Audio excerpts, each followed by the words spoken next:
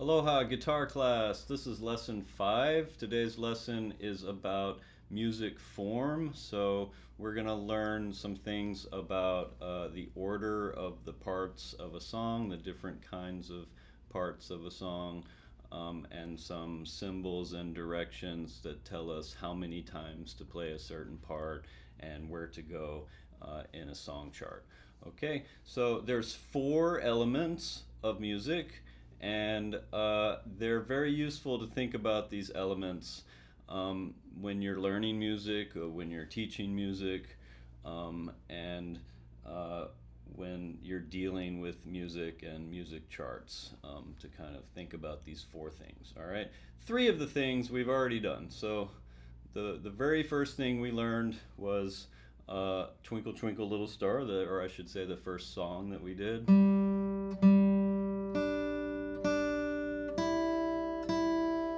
So this is one of the elements, which is melody. Okay, so it's whatever the singer is singing, that's the melody. Or if there is no singing, then it's whatever the highest note is in the orchestra or band, is the melody of a song. Okay, um, and you know that can be broken down to just the single notes, or it can be put onto something, you know, uh, harmonic, right? So I can put a whole bunch of notes underneath that note.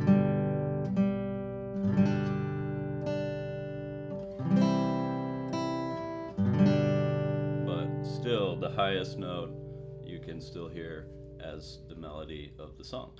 Okay, the second element is harmony. What I just did is I harmonized it, so chords. When we play, we stack the notes up vertically and play a whole bunch of notes all together. That's harmony. Okay, the third element, well, they don't really go in a certain order. It's not necessarily element 1, 2, 3, and 4. It's just 4 elements. The the third one is rhythm. Okay, and we have a rhythm chart that I showed you in lesson 3. We talked all about rhythms, the timing. We talked about using the metronome, playing with the example recordings, and so on and so forth. So rhythm. And then today we're going to talk about the element that we have not talked about before, which is form. Okay, and form is all about the order of the parts of the song, how many times to play each part, and so on and so forth. So music form. Okay, it's one of the organizing features of music. It's a thing that has to be planned to some extent in advance. Everyone who's playing the song has to know, how many times we're going to play this, and how we're going to start the song, and how we're going to end the song, and all these things. Okay, so we're going to talk about that. First thing, okay, is we're going to review. All right, at the beginning of every lesson, we're trying to kind of review and hammer in some of the points of the basic things. Okay, so the first thing you want to always do is use a tuner and tune your guitar. Okay, make sure it's in tune. All right, even if it sounds in tune, it still might not be in tune with me. Okay, so tune it, and then when you take this lesson and you play and I play at the same times, everything will be in tune together. When you practice with the example recording, you'll be in tune with the example recording. So always tune it like as perfectly as you possibly can. Okay, I recommend the electronic clip-on tuner. Okay, or if you're using your phone, a good app is called Pano Tuner, Pano Tuner. It's free, and that one is very accurate. The only problem with using the phone, as we've discussed before, is that it has to be very quiet when you're tuning. Any sound or anything going on around you will make that needle go back and forth, and you won't be able to tune. It has to be very, very quiet. The clip-on tuner, it doesn't have any interference from outside noise whatsoever. Okay. After that, play your scales. Okay. So let's play the C major scale. By this point, you should have that memorized. Okay. And hopefully you have C and G major memorized, because today we're going to learn a new scale. So it's very important that you be able to do that without looking at the paper. Okay, because you know, as you add more and more and more things on, it's just going, you're always just going to be looking at the paper, and these things are not about like reading the notes off the paper. It's about like memorizing and really, really knowing these scales. Okay, and even though we may not have a scale assignment every week, we will have a big scale assignment eventually. So like one of the assignments will be like play the 4 open position scales from memory without looking at the paper, and I'll be able to tell in the video whether you're looking at the paper or not, or if it's really memorized or not. Okay, so C major, ready? 1, 2, 3, 4.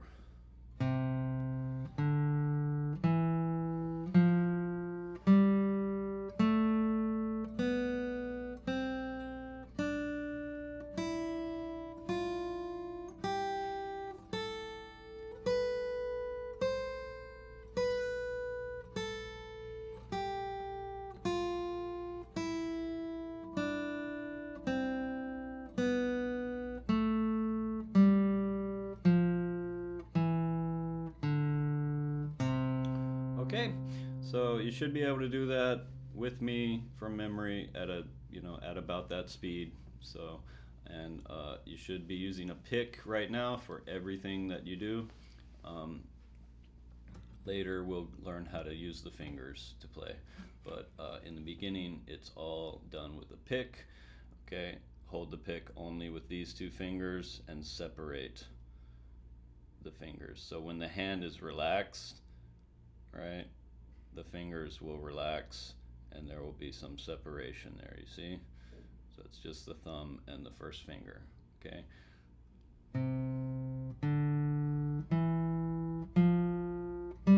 Okay, down, down, down, down, down with the pick.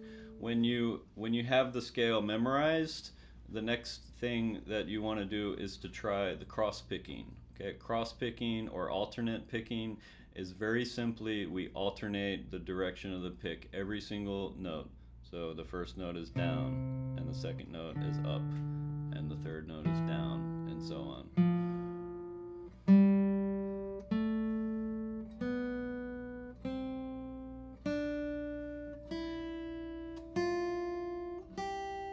Okay, and the only way that it's possible to do this is if the scale is memorized, because when you're still trying to think about the left hand, it's very difficult to focus on the right hand. And that's one of the reasons why we want to memorize the scale, because we want to keep improving and playing it faster and smoother and doing different things with the right hand, you know.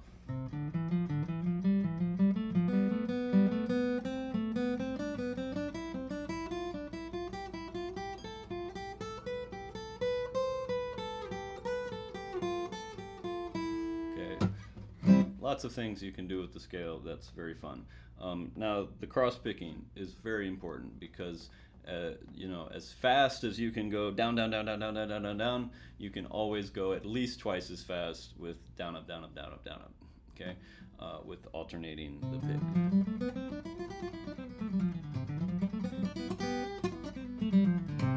So cross picking is very important. And the only rule there is that you just do not want to do any 2 downs in a row or any 2 ups in a row, and don't play any of the notes of the scale more than once. So like when you get to this high note, just play that note once and come right back down. So you're going up the scale and back without playing any of the notes more than once. Okay, let's try that. So C is the scale you should know the best. You have to learn not just the notes but the fingering as well, which is very simple. When it's a 1, you use your index finger. When it's a 2, use your middle finger. When it's a 3, use your ring finger. And when it's a 4, use your pinky. Now I realize that there are alternate ways of doing these things, and after the class is over, feel free to experiment with different fingerings for these scales. Okay, I call them alternate fingerings. But for the purposes of the class, I want everyone to do the scale fingerings and chord fingerings and song fingerings all the same way, right? So we learn how to play in position 1 and so on, okay? And then when we go up to 5, 7, 8, we go into a different position which goes like this: 5, 6, 7, 8. So index finger on 5, ring finger on 7, pinky on 8, okay? Knowing the fingering helps with the memorization as well. It helps a lot because when you remember the fingering, you will remember the whatever it is, the chord, the scale, and if you do it enough times, you'll activate the muscle memory so that you do it without even thinking about it. Your fingers miraculously just somehow remember where to go. Okay, so let's try C major with cross picking. Okay, very slowly, and just try. This is a thing that's going to be difficult at first, but if you practice it, you can get good at it. The key though is to have the scale memorized. 1, 2, 3, 4. Down, up, down, up, down, up, down, up, down,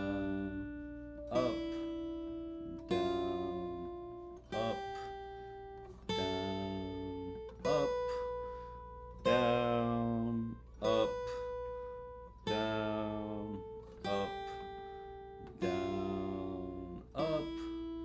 down, up, down, up, down, up, down, up, down, up, down. Okay, so you'll notice that we'll start and end with the down, and when we get to the high note, that will also be a down. And if you wind up in one of those places where you're doing an up instead of a down, you'll know that you missed something along the way.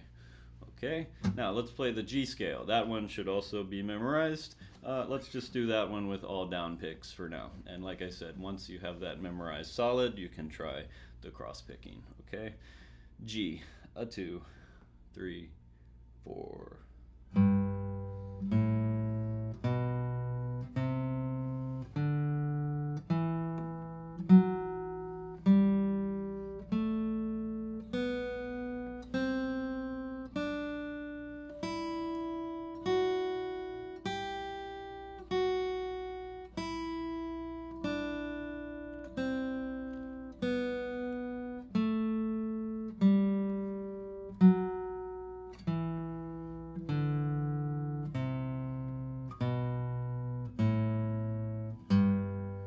Okay, always play with your fingers arched up on the tips of your fingers, and your left hand grip should be close like this, okay? And then on this side, always leave a space between here and the guitar neck.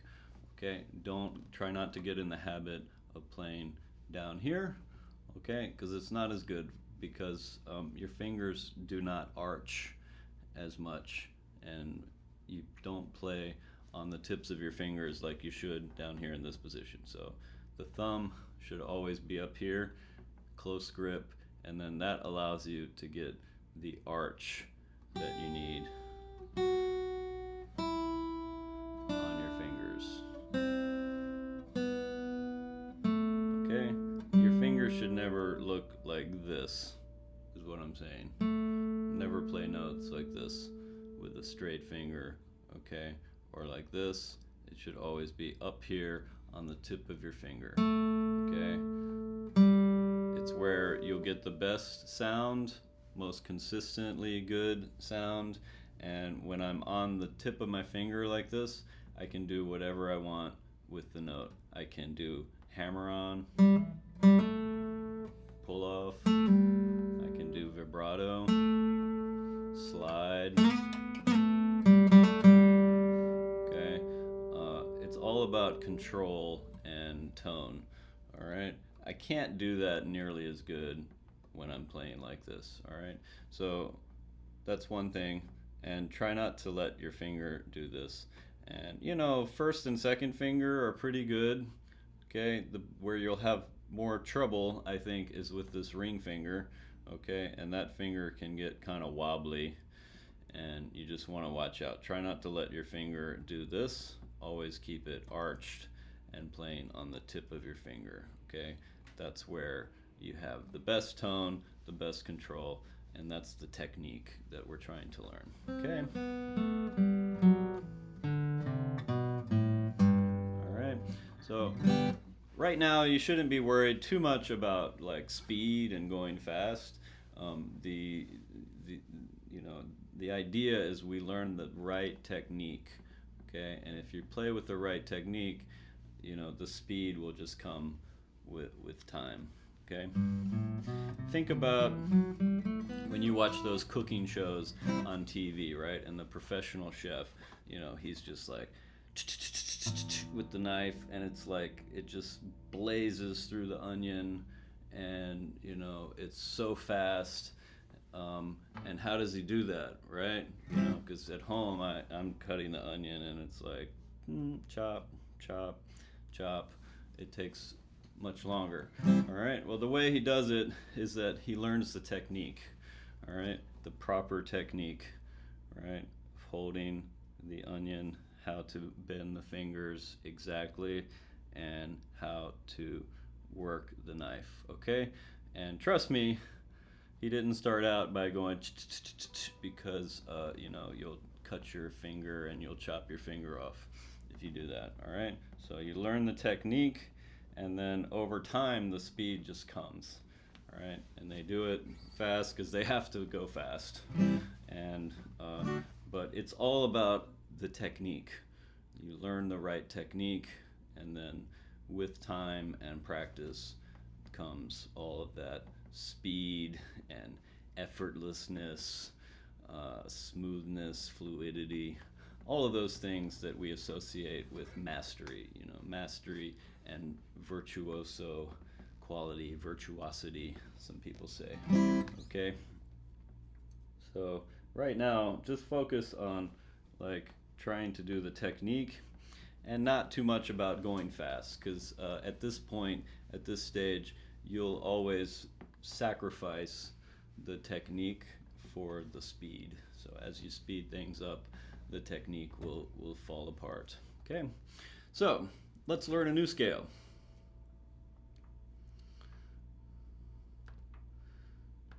Let's do F. Okay, here it is. Ready? 1, 2, 3, 4.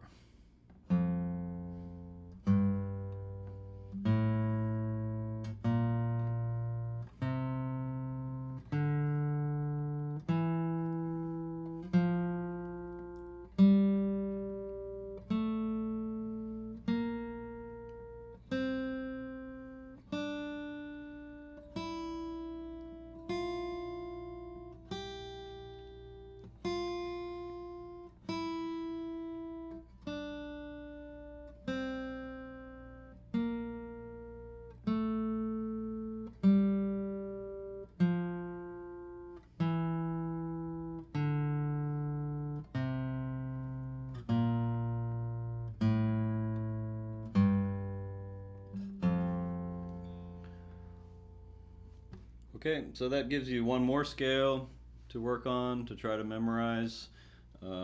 And the funny thing about this scale that you should watch out for is that there's no 0 here on this string. It just goes straight to 1 and 3. On the other scales, after the first note, we play zeros on every string, but not this scale. Okay, and the reason why we do that is because there is no B in this scale. So this string is B, the note B, and instead of B's in this scale, we have B flats. All right, so if you see this symbol here, it's a little B. Okay, and if you're not familiar with music or have learned to read music before, you won't know that that means flat. Okay, and flat means the pitch is lower. Okay, and sharp, this is the sharp symbol. Sharp means the pitch is higher. Okay, so if we have a note here, which is also a B, it's the same note as the open string. Okay, and if I want to flat that B, I move it one fret down this way, so from 4 to 3, and now I'm on B flat, which is the note here, G string fret 3, and this is the note B flat. Okay, don't worry about the notes. We'll learn how to read those later in the course. Right now, I just want to introduce you to the concept of flatting and sharping. Okay, if we want to sharp the B, we move it one fret higher. Okay, so B, B flat, B, B sharp. Okay, so each scale, C major, G major, F major, and we've heard about things, or you may have heard the key of C major, the key of G major, the key of F major. What does that mean? Well, it means a certain spelling of the notes. Okay, so C major is C, D, E, F, G, A, B, C. And then it does it again, C, D, E, F, G, A, B, C, which means that's a two octave. So it goes from C to the next C and then to one more C higher up. Okay, and there are no sharps and no flats in that scale. Okay, so you can think of the piano keyboard, and that's all the white keys on the piano, because the white keys are the natural notes, which are not the sharps and the flats. The black keys are the notes in between the sharp notes and the flat notes. G major starts on G, because it will always start on the root of the scale, which is the letter that appears in the name of the scale. So G major starts on G, and it goes G, A, B, C, D, E, F sharp. Okay, so there's no F in G major like there is in C. It's F sharp, and then it does it again, G, A, B, C, D, E, F sharp. Okay, the music alphabet only goes up to G. There's no note past that like H. Okay, so when you get to G, the next note up is A again. A, B, C, D, E, F, G. A, B, C, D, E, F, G. And so on. Okay, and F major is defined as having one flat, and that's the note B flat. Okay, and other keys will have more flats and more sharps. So there's a key that has two flats, and a key that has two sharps, and a key that has three flats, and a key that has three sharps, and so on. Okay, and those keys are defined by which notes are sharp and which notes are flat. So this one has B flats instead of B's. Starts on F, F, G, A, B flat, C, D, E, F, G, A, B flat, and so on, C, D, E, F, G. Okay, so that's F major, and that's just a little bit more about the scales. Okay, so you've heard of this thing called music theory. Okay, and what is that? Well,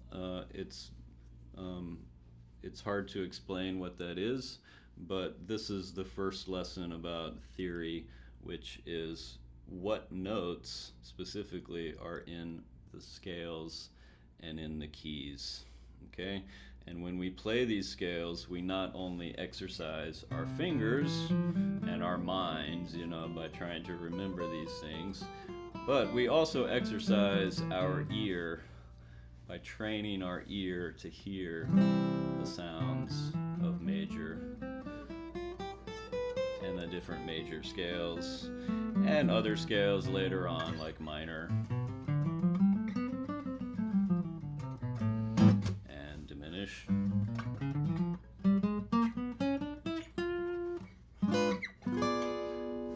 And things like that. So we train our ear, not just our fingers and our minds. All right. And music theory also has to do with what notes are in each chord and so on. And that's basically what it is. It's more complex than that, but at the beginning, that's what it is.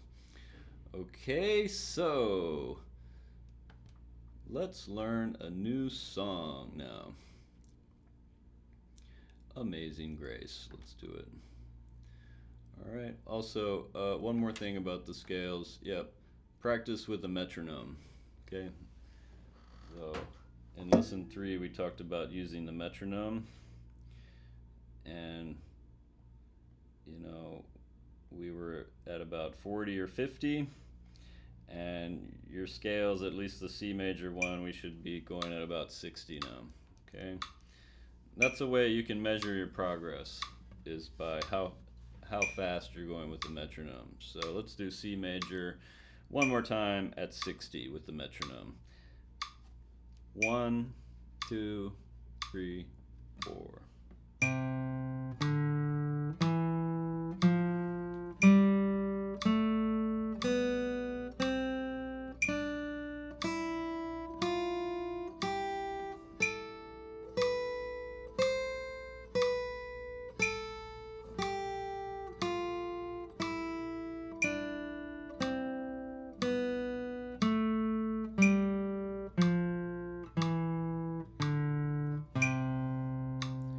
Okay, so with the scales, definitely use this metronome. Okay, and later we'll talk about other things you can do with the metronome to take that to the next level. Okay, now Amazing Grace. So here's a song that most people are kind of familiar with, like how this is supposed to sound and everything. And that's a good thing, because that helps us to learn the rhythms and helps us to kind of have an idea of what this thing is supposed to sound like. Okay, so when we get it right, it sounds right, and when we get it wrong, usually it sounds wrong. Okay, one thing about this is that it doesn't start on beat 1. Not all songs start on beat 1, and what we have here is we have one beat before beat 1 is where the song starts. And this is in 3/4, so this would be beat 3, because the third beat is the last beat of the measure, and that's a quarter note. So this one starts on 3, so you can count 1, 2, 3, 1, and that's how the song starts. That's called a pickup measure, which is a partial measure before beat 1 in a song, and the technical term for that is anacrusis.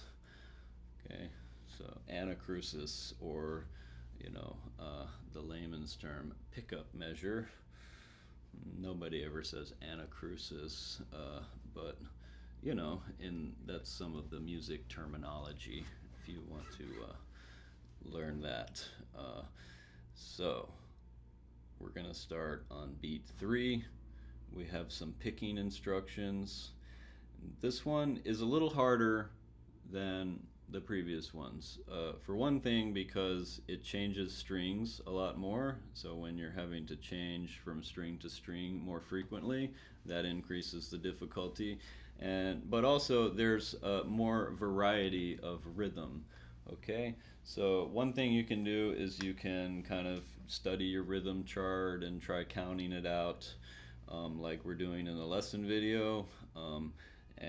But probably the best thing you can do is to practice with that example recording. All right, so let's try this really nice and slow. So when you play one of these white notes, remember, hold it, play it long.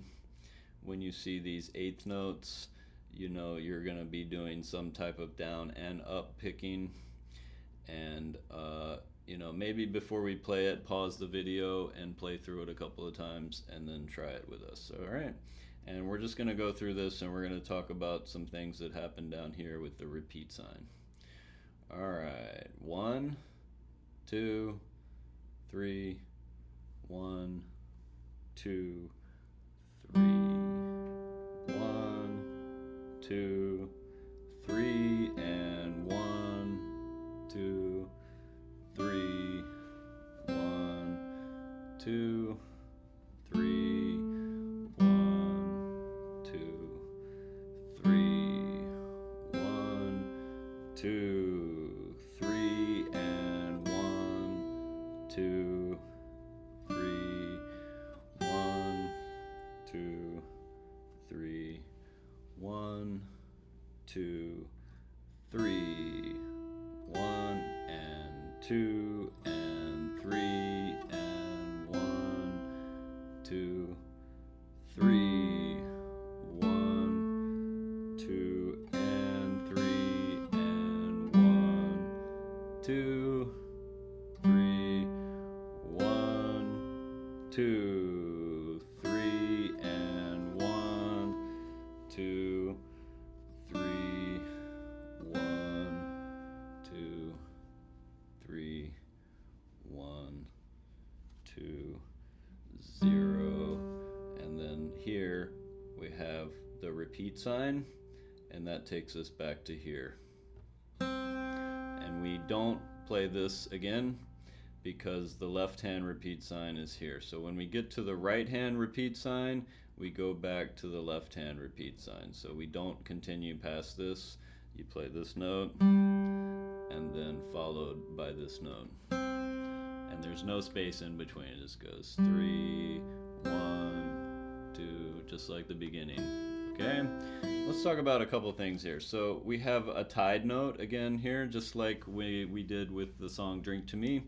And the number appears in parentheses, so this just makes one big long note here. 1, 2, 3, 1, 2.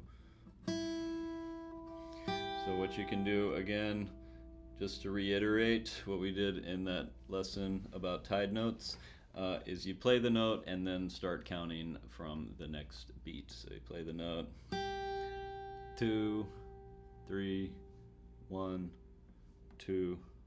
So you only have to count the beats that you're not playing on. Same thing here at the end, same length of note.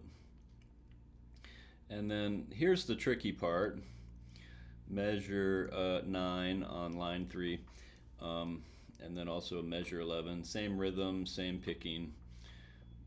Okay, the picking is always based on the rhythm and not on, whether we're changing strings or what.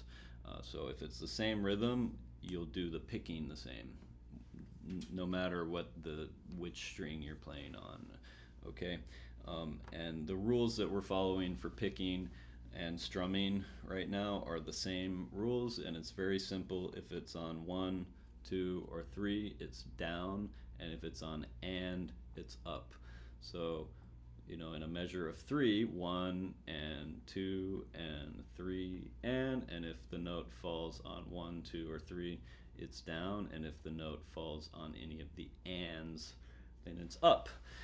And the only way that it can fall on an and is if you see eighth notes in the measure. So the note with the little flag, or the notes that are beamed together with the beam. Okay, so this is just like the Ode to Joy rhythm, the dotted quarter note followed by the eighth note, which is 1 and 2 and, like that. So if there is no dot, then this comes on 2, 1 and 2. But since there's a dot, it pushes it a half a beat over, so that now it's 1 and 2 and 3 and 1. Okay, the difference here is that it's followed up by two other eighth notes. So 1 and 2 and 3 and 1, 2, 3. Measure 11. 1 and 2 and 3 and 1. Okay, let's do that one more time. Slower now. 1, 2, 3 and 1 and 2 and 3 and 1, 2, 3, 1 and 2 and 3 and 1. Okay, like that. So you know, something we've seen before, but like a little bit of a development of that rhythm concept. All right. Then we get to here the repeat sign. So we already talked about this. You see these two dots, and you have to go back to the left hand two dots. All right, wherever that is. If it's here, you go back to here. If it's here, you go back to here. But it happens to be back up here. If there is no left hand repeat sign, it sends you all the way back to the beginning. Okay, and if you look at this document, guide to form, parts, directions, and symbols. Okay, the first thing on there is repeat signs. That's the most basic thing. We do something and then we do it again exactly the same way. And trust me, you want the repeat sign there, because what you don't want, and what unfortunately you see a lot of online when you download these song charts that are uploaded by amateurs, is like a song that just has the same thing like written line after line after line after line, and eventually you figure out, oh, this is the same thing again and again and again and again. Okay, what you want is the repeat sign, right? One line that says play this 10 times. All right, and then I go, oh, okay, I don't have to read, I don't have to think about it. I'm just gonna do the same thing again. Okay, and I don't have a chart that goes on and on that I'm either scrolling through on the screen, or I'm looking at, or I'm printing a chart that takes like 20 pages when it's just the same thing again and again and again, mostly.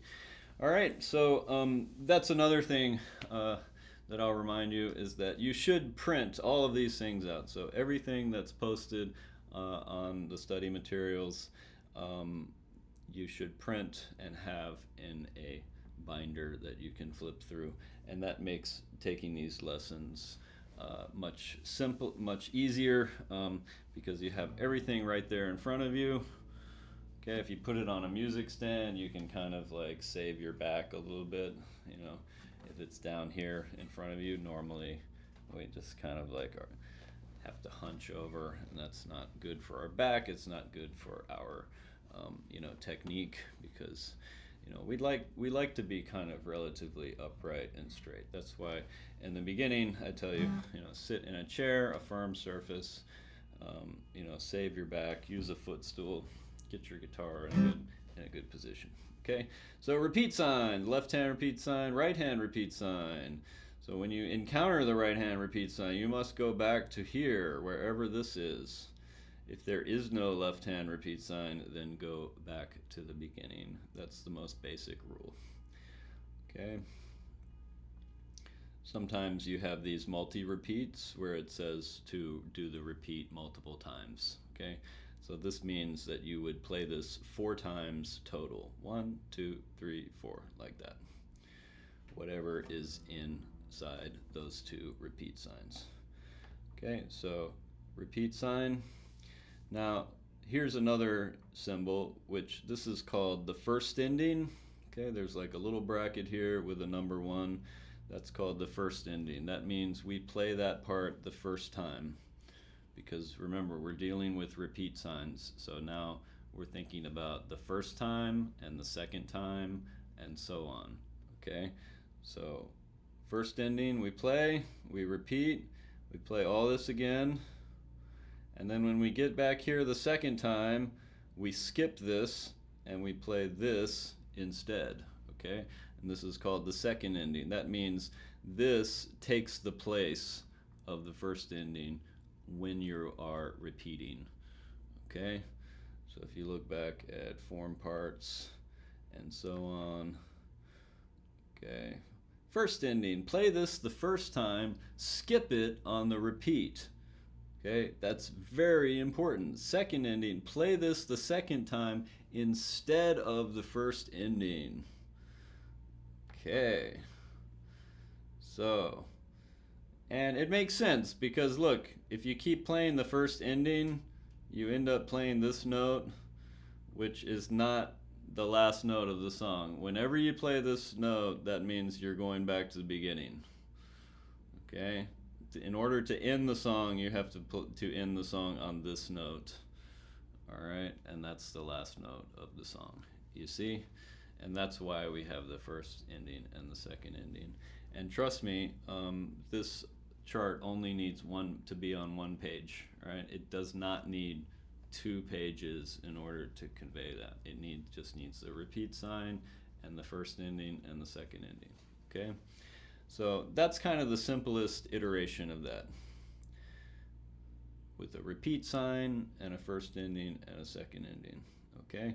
So let's play from measure 13, and we're going to play up to here, and then we're going to repeat, and then we'll go through this one more time and then hit the second ending the second time.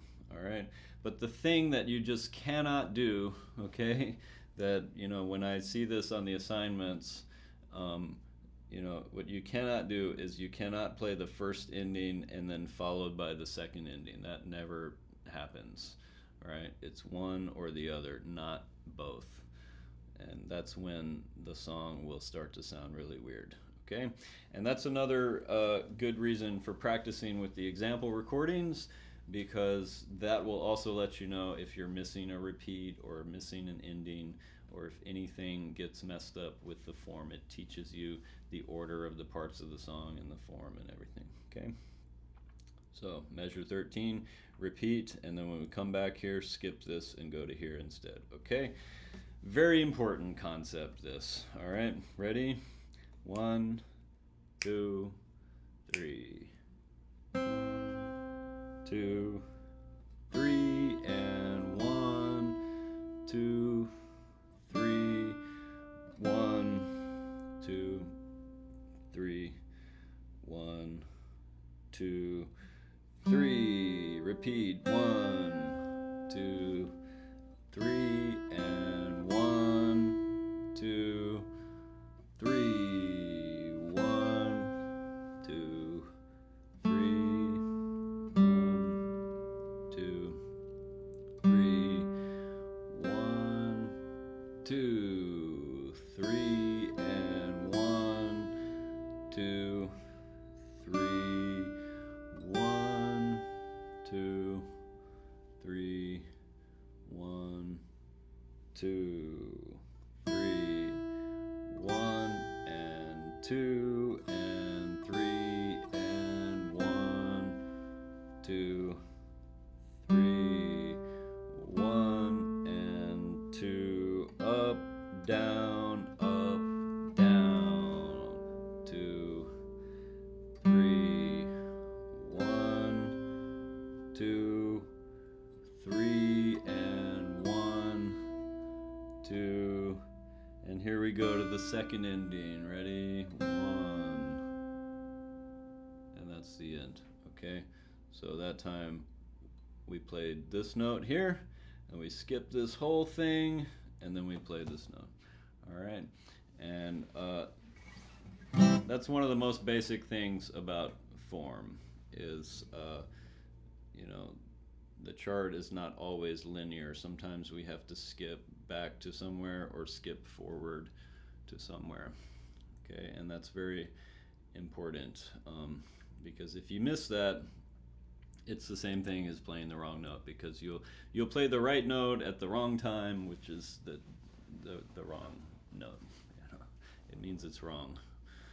Okay, so that's Amazing Grace, a song everyone is very familiar with, this melody, how it's supposed to sound. and this is a good way to learn rhythms. We see the rhythms, you know, we hear the teacher counting it out, we're trying to play along, and that's something, you know, you can play with that example video, but the lesson video is where you'll hear me counting and you can try playing along, and that's very important because you know, counting and, you know, playing the note at the right moment is very important. Okay, let's do the next song, Aloha Oi. Okay, and let's make this a little bit smaller. Well, this one is not really cooperating. That didn't really help either, did it?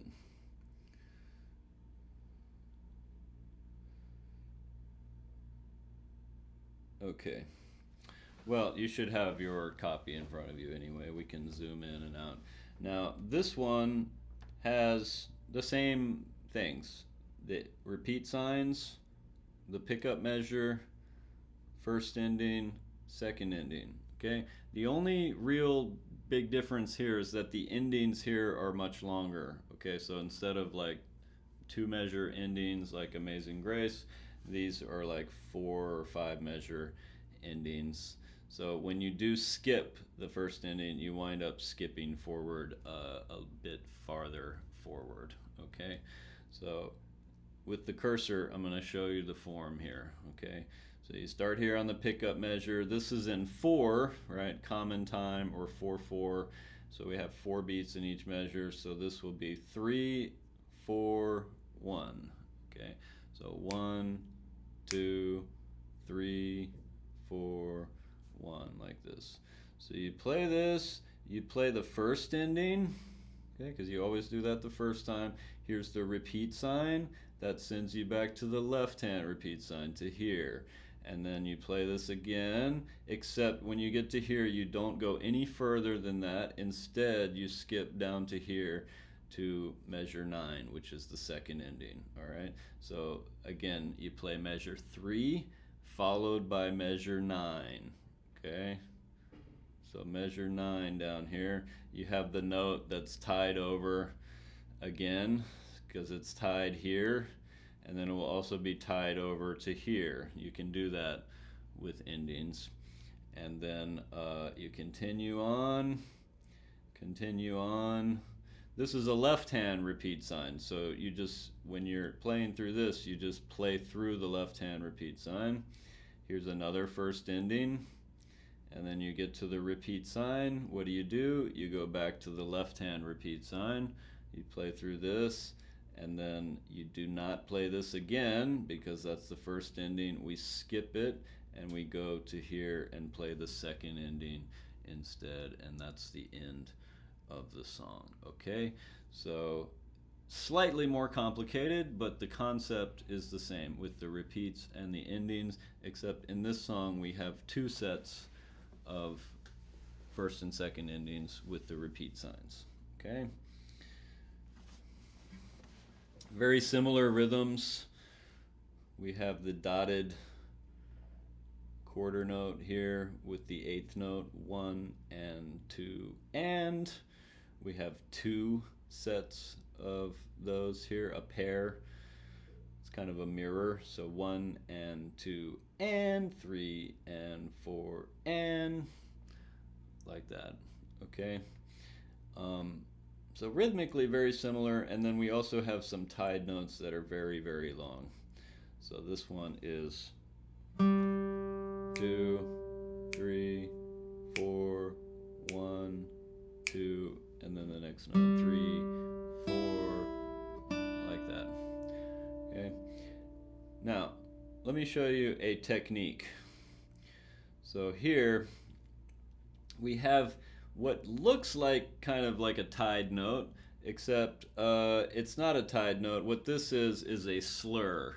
Okay, so when we slur 2 notes together, it means that we're only playing the first one with the pick, but the second one we make the sound with the left hand like this. So I'm gonna pick, and then the second note I make by slamming my finger down on the string like that. That's called a hammer-on. Okay, it's a slur, so when we put two notes together, I can slur all kinds of notes together with my left hand without picking anything, you know. But anyway, this particular slur that we do on the guitar is called a hammer-on. So you play the 0, and then you slam your finger down on the note to make the sound. So that's something you can practice. You want to get the tip of your finger on there, and you want to do it hard so that you don't just hear the sound, but you hear it at a pretty good volume, that it's loud when you do it. Don't bounce your finger off the string, because, you know, first of all, if you do it too slow, or if you press it and then kind of let off a little bit, all it will do is just mute the note like that, right? And that's what we don't want. So you want to press down, squeeze into the fingerboard, and hold the pressure on the note, and then it will sustain. Okay. Don't do it too far back. Got to do it in a good place on the fret, and do it with the tip of your finger. Okay. And this is a good one to start with because it's easier to slur from an open string to a fretted note, and to use this finger, which is your strongest finger. All right. The other thing that you'll see is this little note up here, and this is called a grace note. So it's like a little teeny tiny note that's not as big as the other notes, and it's connected here with the slur mark. And what the grace note means is that this is all happening on beat 3. We don't give it like its own rhythm. We count it like this: 1 and 2 and 3 and 4 and 0. Okay, so it's just happening right there on the beat, on beat 3, and we're not slurring it. You know, if we hold that note any longer, we have to give it like its own rhythm, its own place in the measure. But this way, it's just happening together at the same time. It's what the little grace note means. So the hammer-on. And again, I want to reiterate, I'm only using the pick one time on the open string, and then the other note I'm doing with this hand. Okay? That's what a slur is. Okay. Let's play through this. I know it'll be hard for you to see that, so you need to have your own copy of this in front of you. Okay? So we'll start on 3. 1, 2, 3, 4. 1, 2, 3, 4, and 1, and 2, and 3, 4. 1, 2, 3, 4. 1, 2, 3, 4. 1, 2, 3, 4. 1 and 2 and 3 and 4 and 1, 2, 3, 4. 1, 2, 3, 4. Repeat. 2, 3, 4, and 1 and 2 and 3 and 4 and 1, 2. Here we go to the second ending. 4, 1, 2, 3, 4.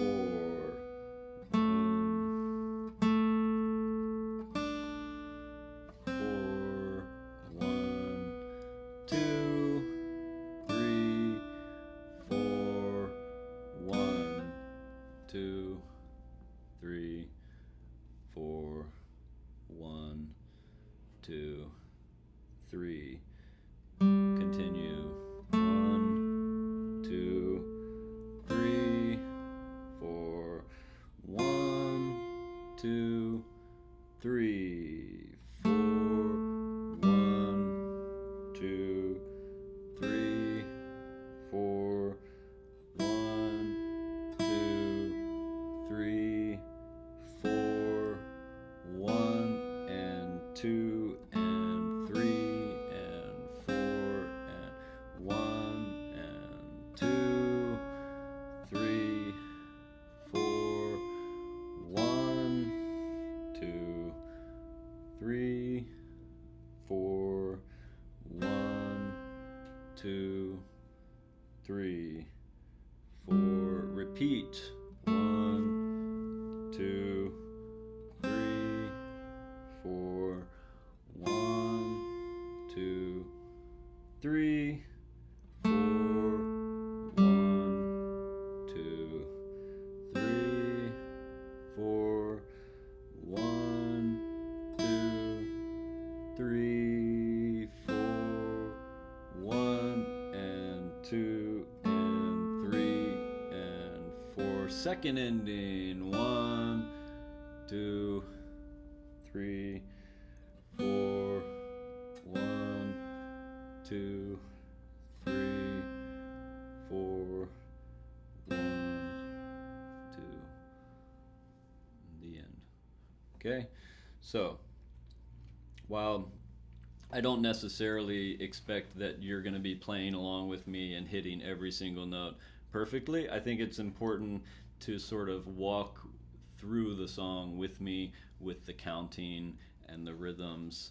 And after you watch this on Edpuzzle, feel free to go over to the YouTube channel and like play along with that, because inside this lesson video is like 2 or 3 other example recordings where we're playing and count. You can hear me doing the counting, and you can play along with that. You can play along with the other example recording.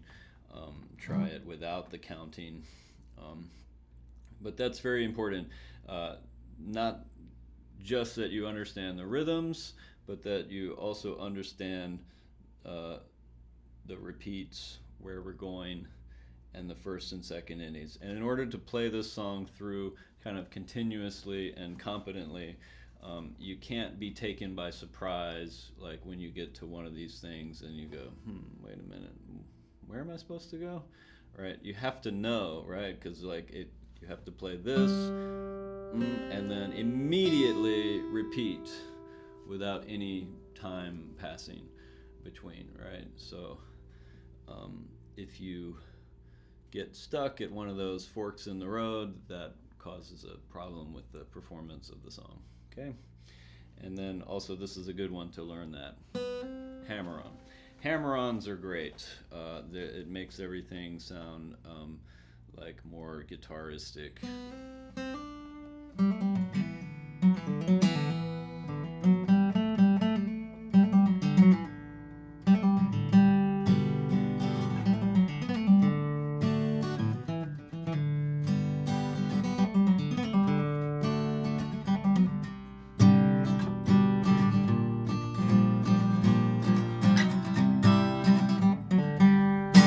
Okay, just a little Led Zeppelin for you there. A good example of not just hammer-ons, but some other kinds of slurs as well, and a lot of them, and how cool it makes everything sound. All right. So watch out for the picking direction symbols. The slurs here, here, and here. The hammer-ons.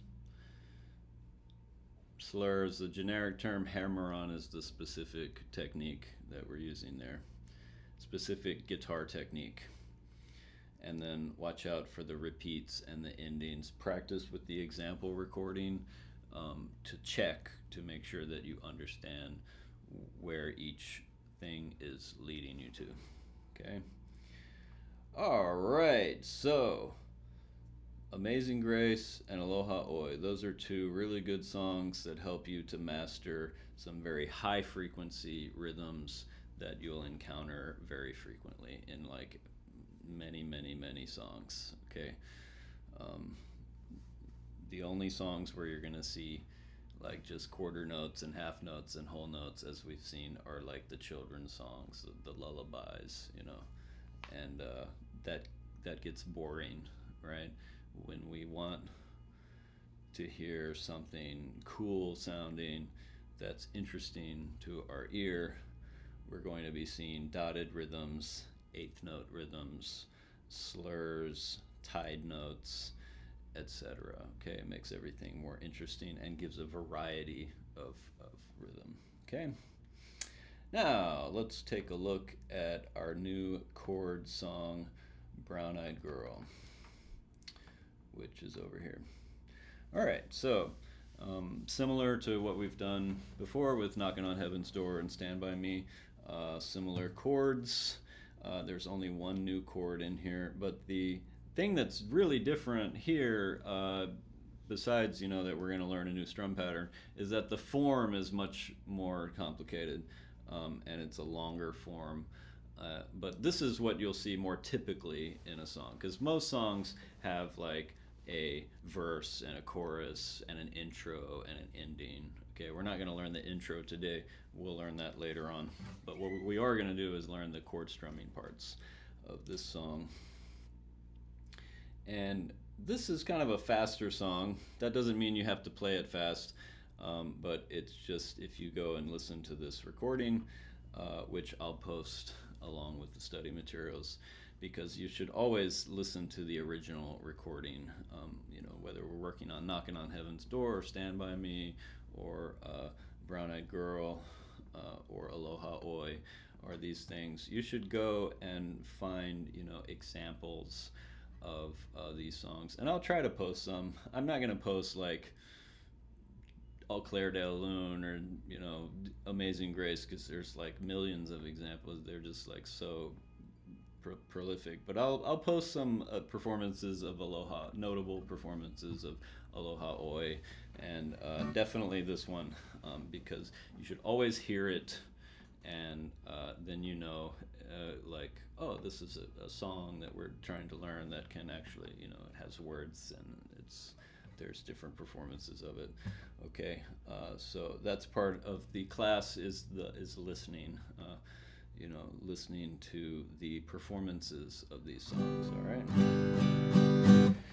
So G is the first chord. Now, just like the scales, like I said at the beginning, like how you should have C and G memorized, you should have these chords memorized, okay? Because we've been working on them for a little while now. So definitely you should not have to look at the chord chart for anything except what the new chord is, which is D7. Which, let's take a look at that one. The chord chart, and here's the D7 chord right here, which is like this. The first finger goes here on the B string on the first fret, the second finger goes here on the G string on the third fret, and the ring finger goes here on the E string also on the second fret. Okay, and then we don't play the A string or the E string. We play only those four strings, okay? So when we're strumming these things, I know this is difficult at first because there's a lot of things you're trying to think about, the strum pattern, remembering where to put your fingers, okay? But another thing you have to remember is how many notes to play in each chord, okay? So for D, that's a pretty simple concept, okay? Because this is the D string, all right? Remember, Eddie ate dynamite, goodbye Eddie. And one thing you should know about these chords is that the letter that you see in the chord symbol, D, which means that it's a major chord, we don't have to write major. It's just assumed that it's major. And the note D has to be the lowest sounding note in the chord. So D. We don't want any note lower than that. All right. That's called the root. So just like the scale has a root, that's the lowest note that the scale starts on. The chord also has a root. That's the lowest sounding note in the chord. So that makes sense, right? The D string has to be the lowest note. That means we can't play this string or that string in the note, okay? And so, sorry, D7, this one, a little different, okay? But the same thing, it's a D, it's another D chord, which means the D has to be the lowest sounding note, okay? A is another, so like, we've learned A minor, that's the only one we've learned so far in Knocking on Heaven's Door, and on that one, we don't play the low E string. Why? Because A has to be the lowest sounding note, okay? And this is the A string, Eddie 8 Dynamite, A. Okay, and then when we play E minor, E. Okay, so we can hit all 6 strings on that one, right? Because we want that E in the bass, okay, as the lowest sounding note. G, okay, so G, and you don't know that this note is a G, but what we do know is that when we play the G major scale, what we just learned today was that the G major scale starts on the note G. So when we play that scale, so now you know this note on the 3rd fret is G. That's a G. So when we play this chord G and we're holding down this note, that means that G is the lowest sounding note in the chord. And similarly, that applies to C, okay? Another chord that we know, and the first scale we learned is C major. It starts on this note, and also that is the lowest sounding note in the C chord. That's not a coincidence, and that is because that this note is C, and we can't play the E string. So there's a couple of ways to do this, all right? The first way is just don't hit that string with your pick, okay? So when I'm strumming, like, I like to look at my pick at the beginning anyway, and you aim the pick so that you're not hitting this string when you're coming down with the pick. You don't have to aim on the up, because when you strum up, you don't have to hit every single note in the chord. You just have to hit maybe the top 3 or 4 strings, right? Alright. When you strum, brush the strings with the pick. That means you have to be holding the pick like lightly enough to where there's some give to the pick, right? So when it hits the strings, it gives way, and you're kind of brushing this way and brushing this way. Okay, this is what it sounds like when you grip the pick really hard and you play the strings.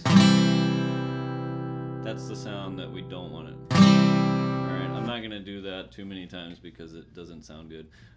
But when you hear that sound, that means you're holding the pick too tight, and the pick is not like brushing the strings, alright? And you can do that pretty loud and still get a nice sound without that happening when the strings start to like hear that popping sound, okay? That's not good.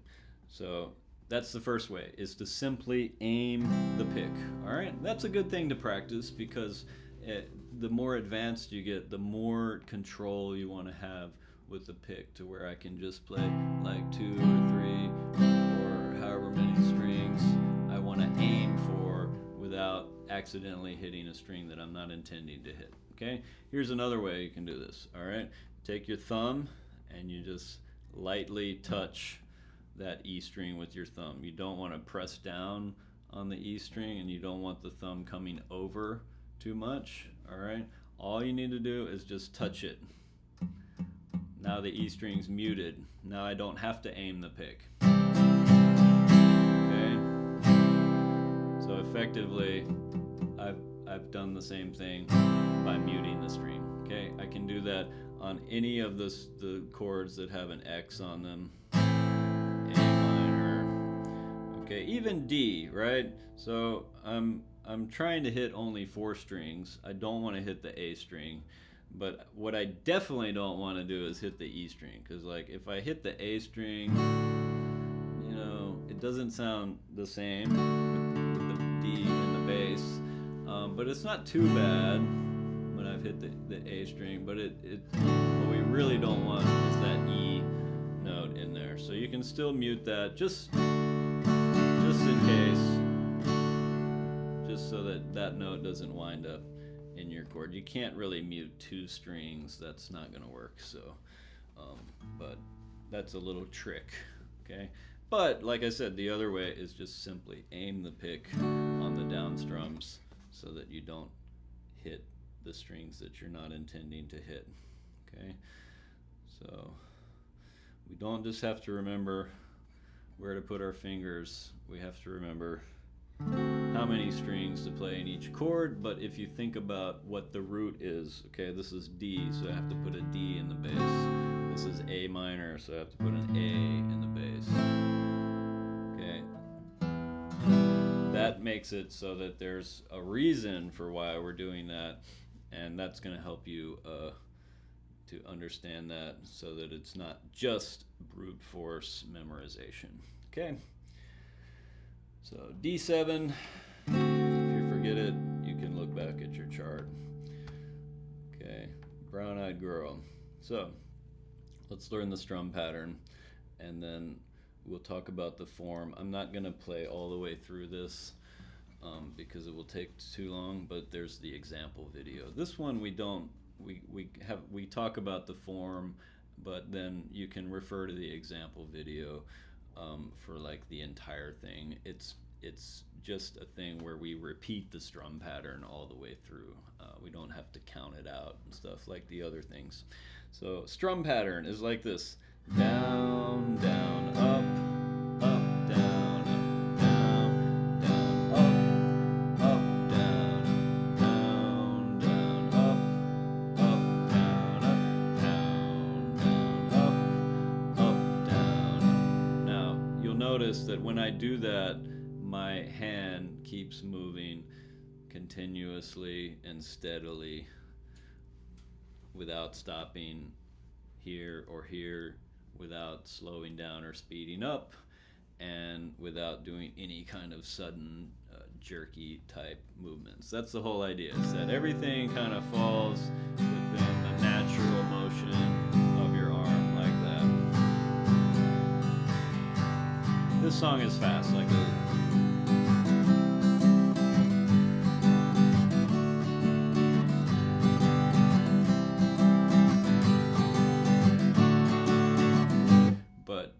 course, you know, you can't start out by going that fast. So let's slow it down. All right. Now, the main feature of this is that it's 2 ups in a row. Now, in order to do 2 ups in a row, your hand has to come back down on beat 3, but without hitting anything. So it's like this: down, down, up, up, down, up, down, down, up, down, up. So my hand is coming down here, but in order to prepare for the next up, but I'm just not hitting anything. And I'll tell you, this is a very, very common strum pattern. You'll hear this strum pattern all the time. You know, usually if I meet a student and they're like, oh, help me, I need to learn more strumming techniques because I just know this one strum pattern and I do it on every song, and I guarantee you it's going to be this strum pattern that they're talking about. Okay. Down, down, up, up, down, up. 1 and 2 and 3 and 4, and so the hand is coming down on 3, 2 and 3 and 4. We don't really call that a fake strum, like on Knocking on Heaven's Door, because in order to play the rhythm, it's actually necessary that you do that. So it doesn't really count as a And then all you want to do besides that is before you play this strum, you want to take your fingers off the strings just like we do on Knocking on Heaven's Door. Okay, so this is a open strings when switching type song, and that's how we're going to make the switches. All right, so let's do that again, and then we'll switch and go to C. Okay, a 2, 3, 4. Down, down,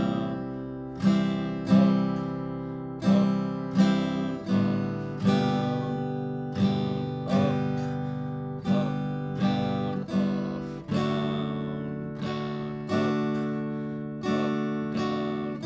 Let's zoom out so we can see this again.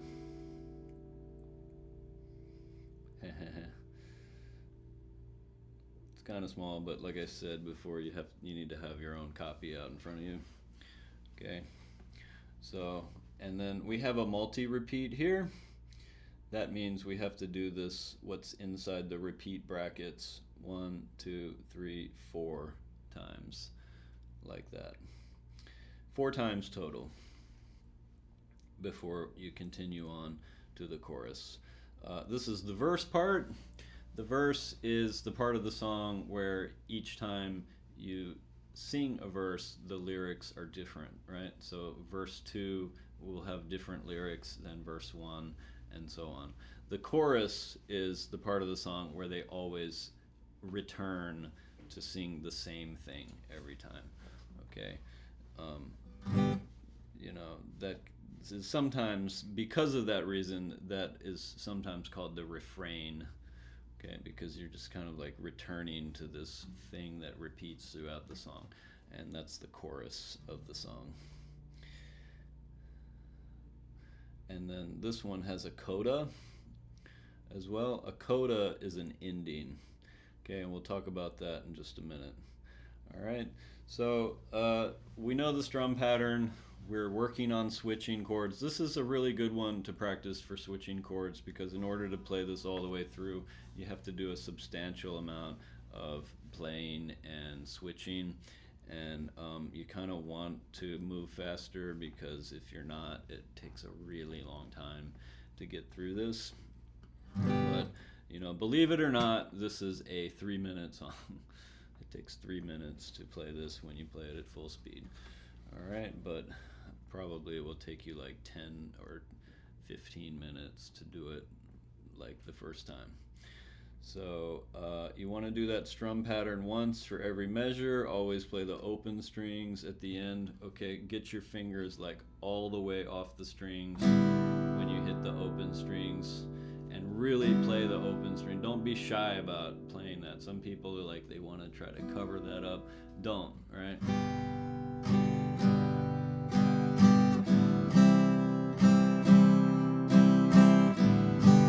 Okay, it will become more and more unnoticeable, like when you are switching more normally, which should be starting to happen by now. If it's not, it means that you haven't been practicing like the way you should, which is every single day.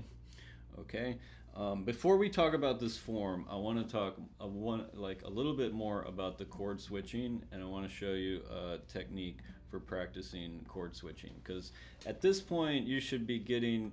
I don't necessarily expect you to be switching like the way I was just doing, where you play slow and you're able to make the switch like that without stopping.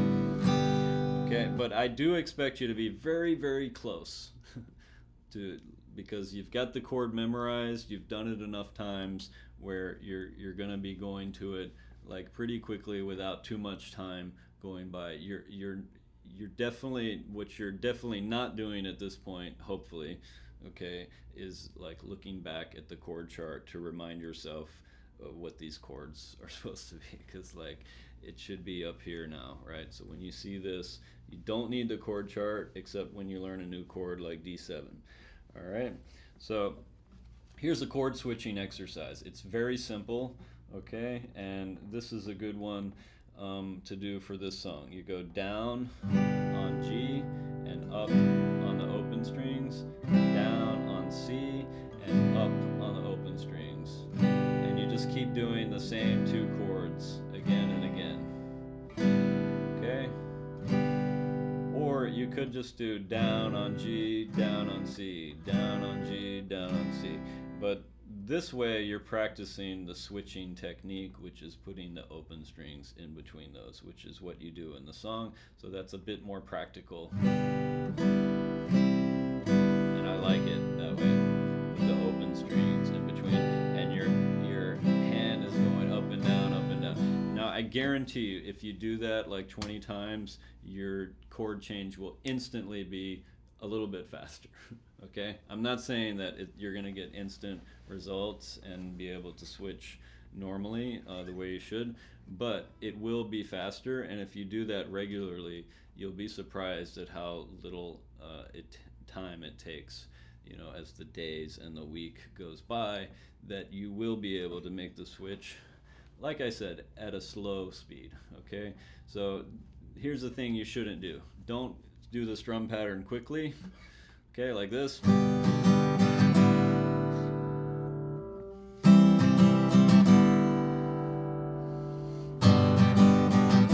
So don't strum quickly and switch slowly. All that's teaching you to do is to take a break between each measure. Okay? What you want to do is strum slowly and give yourself a chance to make the switch. All right? Because what you want to be practicing is more like this.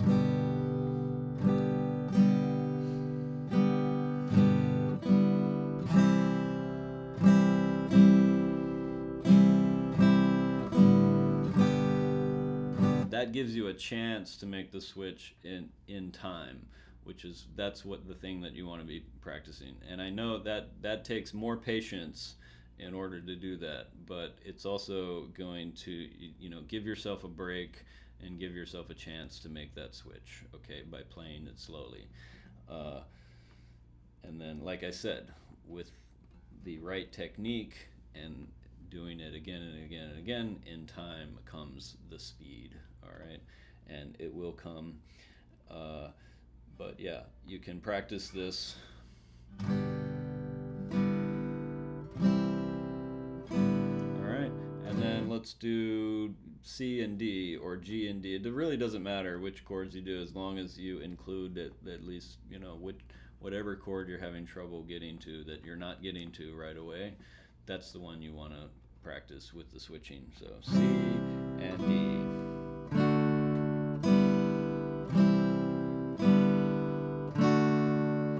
I wouldn't worry about E minor. That's just a 2-finger chord. And whenever you have like a chord where you're only putting down 2 fingers, that one should be easier. You want to practice the ones where it's 3 fingers. Okay?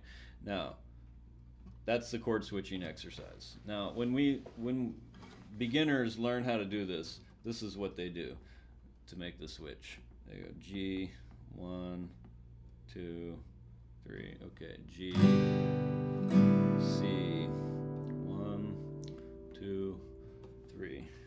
G, 1,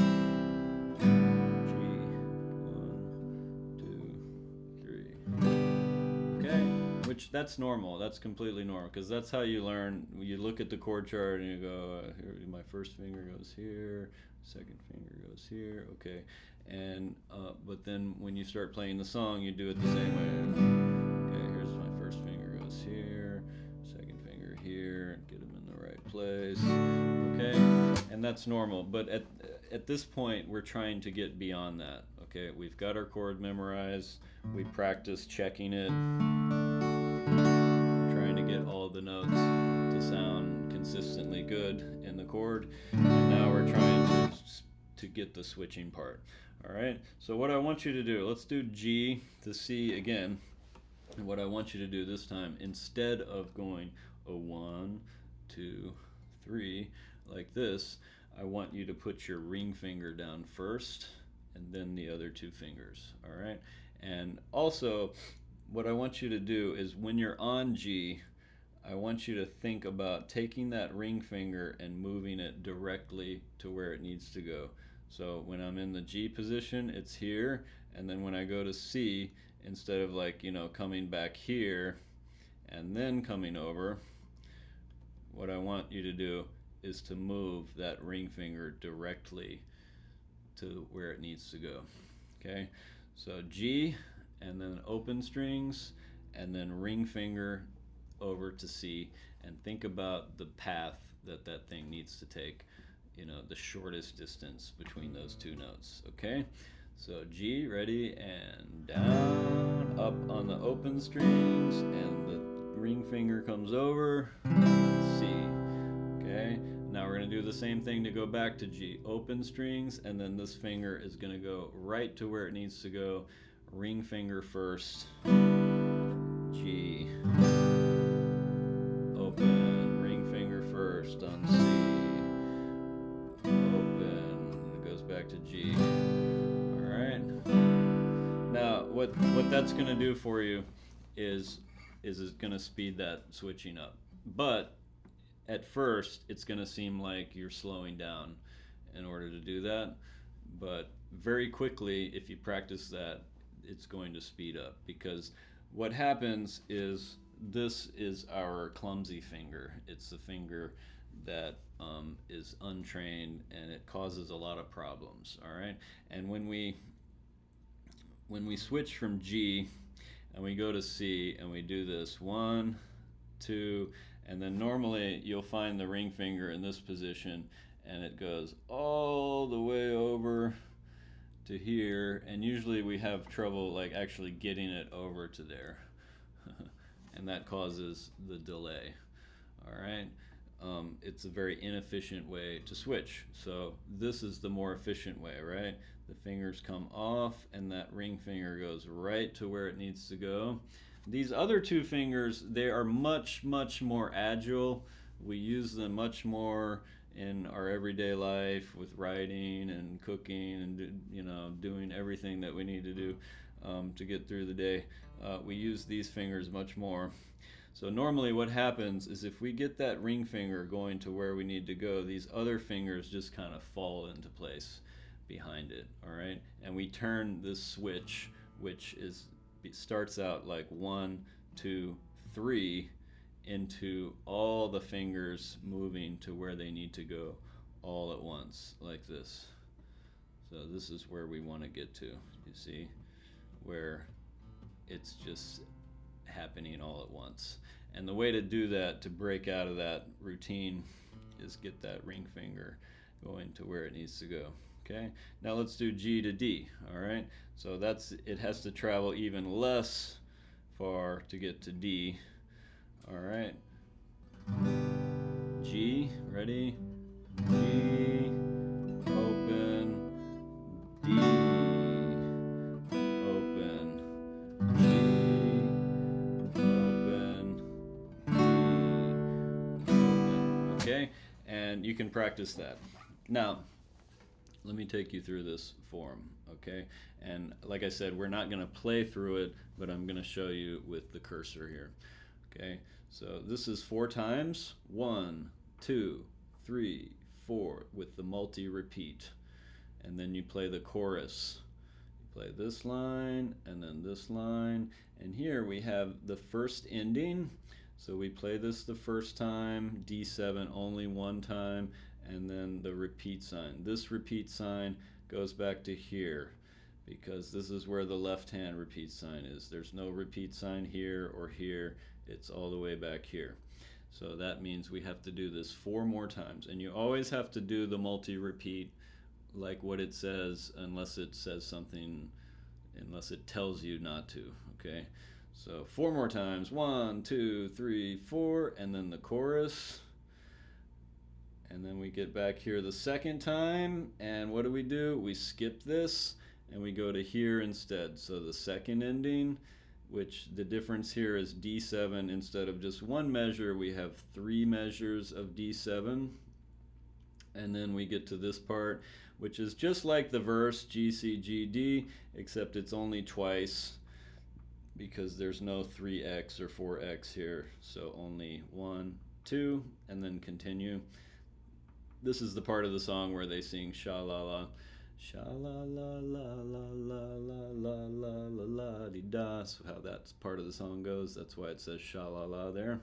So when you hear that, in the song, that means that you're at that part of the song. And if you're not, you've done something wrong.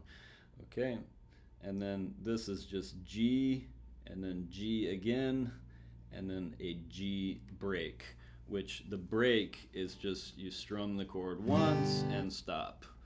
Okay, if you look at your rhythm chart, you'll see that these are rest symbols. So this means a quarter note rest, and this is a half note rest. So 3 beats of being quiet. That means you have to stop the sound like that. Okay, it stops short. You don't let it ring, is what that means. So G, G,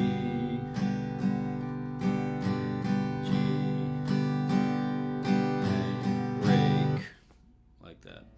This is the part of the song where we have the bass solo, and this is a multi-rest. This means 5 measures of rest. So we count 1, 2, 3, 4, 5 times. 1, 2, 3, 4, 2, 2, 3, 4, 3, 2, 3, 4, 4, 2, 3, 4, 5, 2, 3, 4, and then the next thing. Okay? So you can have 5 measures of rest. You could have 20 measures of rest. Imagine like that percussion player in the orchestra, right?